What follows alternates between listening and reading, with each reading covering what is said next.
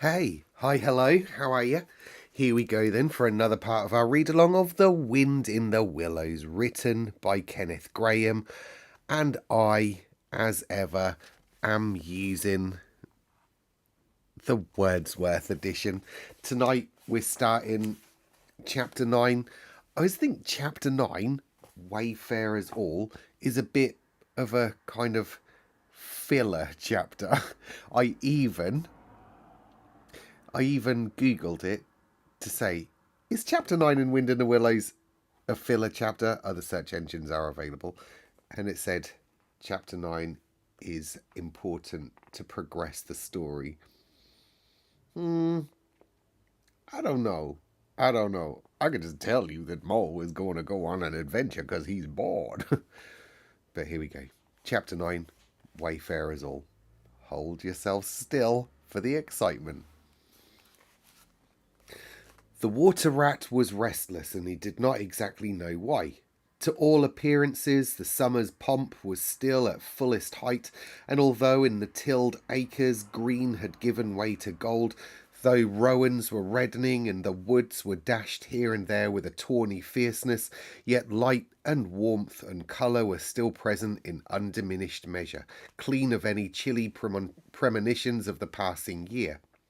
But the constant chorus of the orchards and hedges had shrunk to a casual evensong from a few yet unwearied performers. The robin was beginning to assert himself once more, and there was a feeling in the air of change and departure. The cuckoo, of course, had long been silent, but many another feathered friend for months a part of a familiar landscape with its small society was missing too, and it seemed that the ranks thinned steadily day by day. Rat, ever observant of all winged movement, saw that it was taking daily a southing tendency, and even as he lay in bed at night he thought he could make out, passing in the darkness overhead, the beat and quiver of impatient pinions obedient to the peremptory call. Nature's grand hotel has its season, like the others, as the guests one by one pack, pay and depart, and the seats at the table d'hote shrink pitifully at each succeeding meal, as suites of rooms are closed, carpets taken up, and waiters sent away. Those boarders who are staying on en pension until the next year's full reopening cannot help being somewhat affected by all these flittings and farewells, this eager discussion of plans, routes, and fresh quarters, this daily shrinkage in the stream of comradeship. One gets unsettled, depressed, and inclined to be querulous. Why this craving for change? Why not stay on quietly here, like us, and be jolly? You don't know this hotel out of the season, and what fun we have among ourselves, we fellows who remain and see the whole interesting year out. All very true, no doubt, the others always reply. We quite envy you, and some other year perhaps, but just now we have engagements, and there's the bus at the door. Our time is up. So they depart with a smile and a nod, and we miss them and feel resentful. The rat was a self-sufficing sort of animal, rooted to the land, and whoever went, he stayed. Still, he could not help noticing what was in the air, and feeling some of its influence in his bones. It was difficult to settle down to anything seriously with all this flitting going on. Leaving the waterside where rushes stood thick and tall in a stream that was becoming sluggish and low, he wandered countrywards, crossed a field or two of pasturage ready looking dusty and parched, and thrust into the great realm of wheat, yellow, wavy and murmurous, full of quiet motion and small whisperings. Here he often loved to wander through the forest of stiff, strong stalks that carried their own golden sky way above over his head. A sky that was always dancing, shimmering, softly talking, or swaying strongly to the passing wind and recovering itself with a toss and a merry laugh. Here, too, he had many small friends, a society complete in itself, leading full and busy lives, but always with a spare moment to gossip and exchange news with a visitor. Today, however, though they were civil enough, the field mice and harvest mice seemed preoccupied. Many were digging and tunnelling busily, Others gathered together in small groups, examined plans and drawings of small flats, stated to be desirable and compact, and situated conveniently near the stores. Some were hauling out dusty trunks and dress baskets. Others were already elbow deep, packing their belongings, while everywhere piles and bundles of wheat, oats, barley, beech mast, and nuts lay about ready for transport. "Oh, here's old Ratty!" they cried as soon as they saw him. "Come and bear us a hand, Rat. Don't stand about being idle." "What sort of games are you up to?" said the Water Rat severely. "You know it isn't time to be thinking of winter quarters yet, by a long way." "Oh, yeah, we know that," explained the Field Mouse rather shamefacedly. "But it's always as well to be in good time, innit? We must really get all the furniture and baggage and stores moved out of this before those horrid machines began clanking round the fields. And then, the best flats get picked up so quickly nowadays, and if you're late, you have to put up with anything.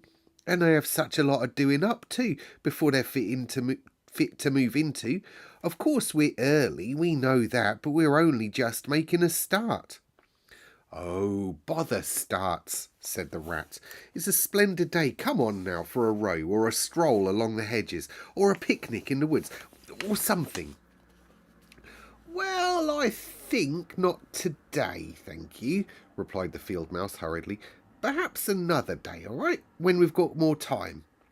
The Rat, with a snort of contempt, swung round to go, tripped over a hat box, and fell with undignified remarks. "If people would be more careful," said a Field Mouse rather stiffly, "and looked where they were going, people wouldn't hurt themselves and forget themselves. Mind that hold, all Rat. You'd best sit down somewhere. In an hour or two we may be more free to attend to you."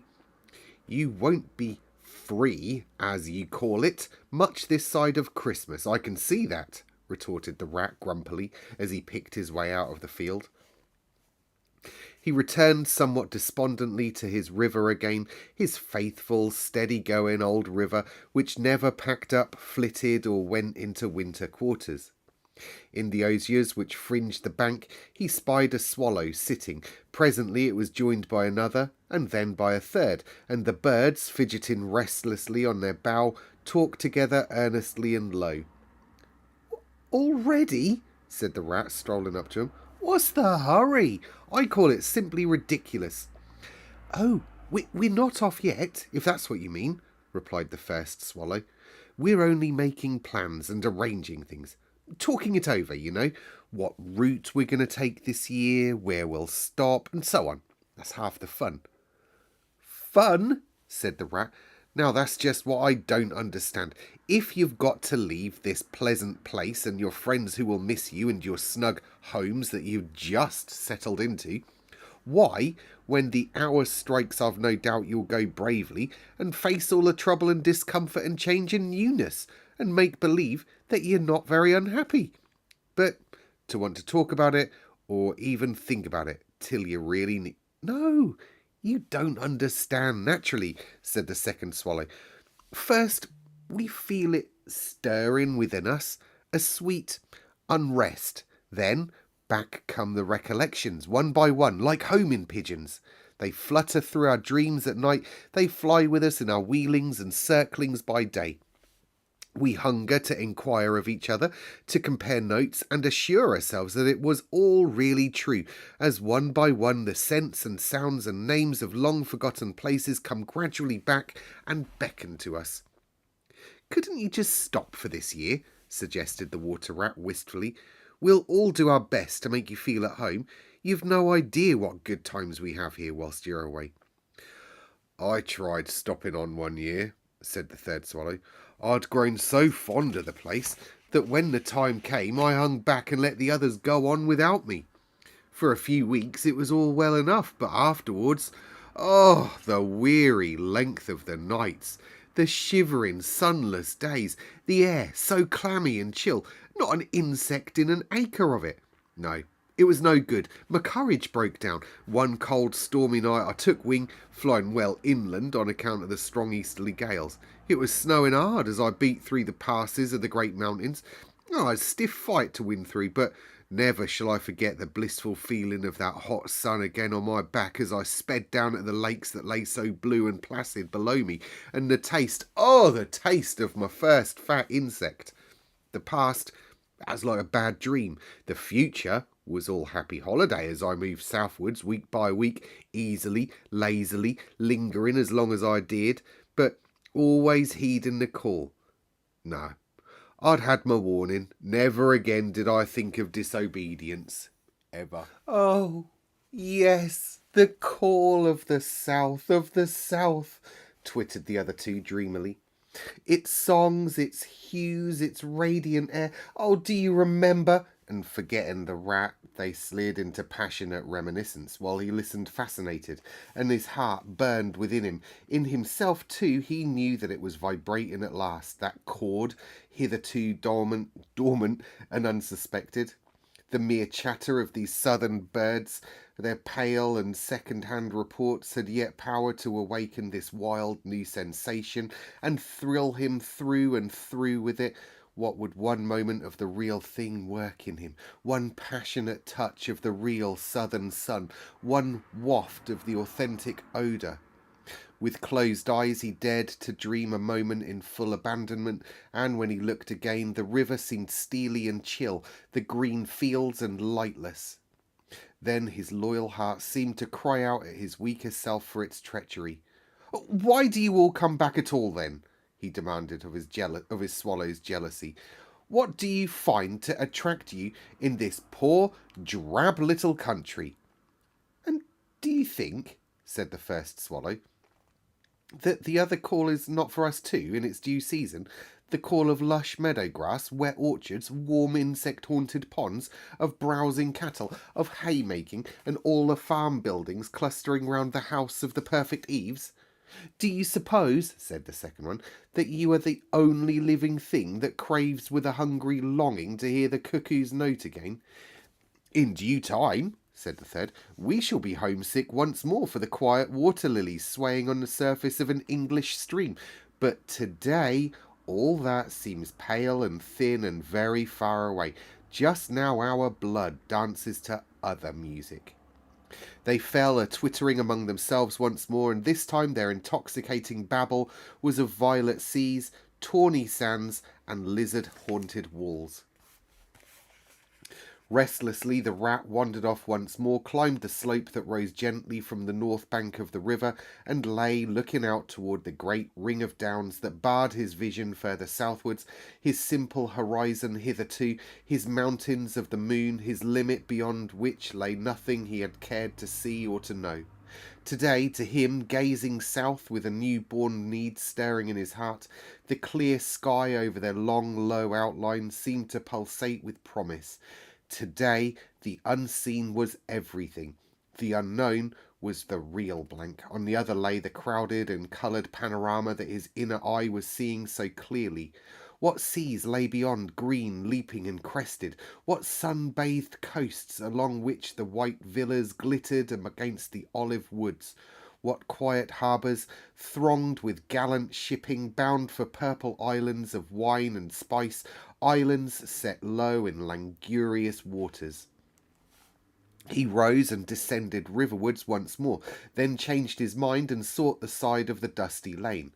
There, lying half buried in the thick, cool underhedge tangle that bordered it, he could muse on the metalled road and all the wondrous world that it led to, on all the wayfarers too that might have trodden it, and the fortune and adventures they had gone to seek or found unseeking out there, beyond.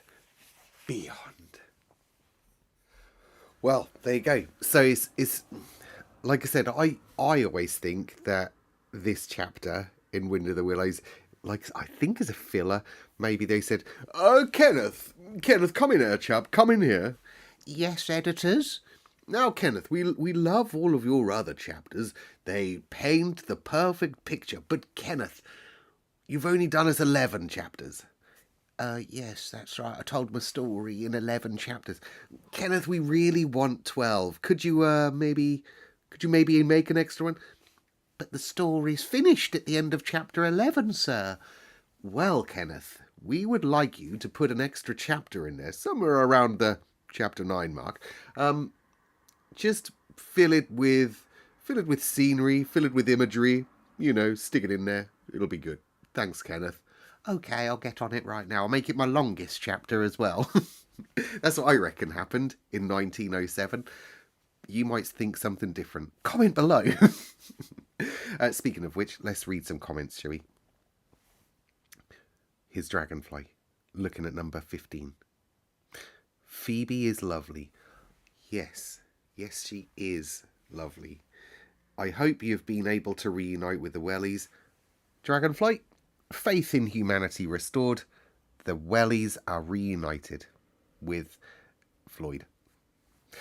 Well done with the American accent. I can't really even remember doing an American accent, Dragonfly. Dragonfly, you haven't been around long enough, I don't think, maybe you have, to experience the Nakmak Feegle accent yet. And unfortunately, we've finished all of the Tiffany books, so you may now never experience the Nakmak Feegle accent.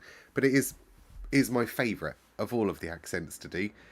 Have a little trip back, Dragonfly. Into my other playlists.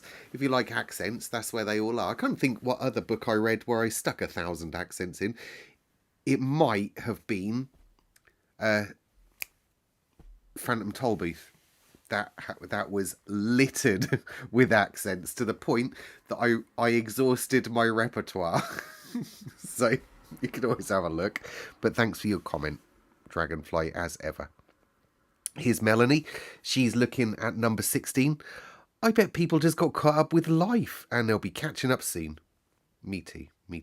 Melanie, why have you got a purple love heart next to your name? I haven't seen that before, and not many other people have got these things. So here's Dragonfly again. It's about 8:15 on Sunday evening here, and I'm just catching up on the last couple of sessions. I'll go back and watch the episodes again to help get that view count up. Thanks, Chuck. Hey, I'll tell you what, YouTube world. There is a new feature on the YouTube Studio app. Other apps are available. I'm going to show you this, hoping that I don't go and dox. I don't think this is doxing anyone, because you can all see each other's names on the comments, you see. But look, down here, look, it's got my biggest fans. Look at that. It's got a name. Look, Mary, you've got a purple love heart. Dot, you remember Dot with her 1 litre cup of tea? She's got a red thing. Lady C, you got a purple heart. Agatha, you got a red. Can't even see what it is. A red thing. I think. Aha. So, purple hearts mean you like it, like as in click like. Red things mean you've watched it. So Agatha and Dot, you are the winners, so as it stands at the moment, and you have watched the most of my videos. Mary and Lady C and Melanie, you have liked most of my videos. Melanie, you've got 100+ comments. Lady C and Mary B have got 100+ comments. What an interesting thing. So look, you can all compete against each other now to see if you can get a little sticker next to your name. Ooh, how exciting. Anyway, there you go. So how was your day? Mine was long today. It was a long day. Hasn't finished yet. I'm now about to take Phoebes out for a drive. So, yeah. And what is it? Oh, it's only 6:30. It always feels later, doesn't it, when it's dark? But I had to go to the pub for a meeting tonight. I had a coffee when I was at the pub. And when we all arrived, I said to everyone, okay, there's not many of us coming. We'll aim to finish at 4:30. Then, I can say this because I don't think she listens, the CEO of the whole organisation rocked up to my meeting. I was like, we left just gone 5. So we didn't finish early at all. So, yeah, that was my evening. And then I just had I started recording my story. You don't know this, but I'm now about to let on my secrets. I started recording my story. Halfway through, I went for my dinner time. And then I came back. You didn't even know I'd gone, did you? There you go. All right. Okay. So tomorrow night I have another meeting. Shouldn't finish so late though. So hopefully tomorrow night I'll be here at a reasonable time and we'll finish off this hefty old chapter. I'm not even halfway through it yet. So if we're trying to do 2 parts for each chapter, it's going to be a big one tomorrow night. So be ready for that, won't you? All right. Love you lots. See you all tomorrow. Adios.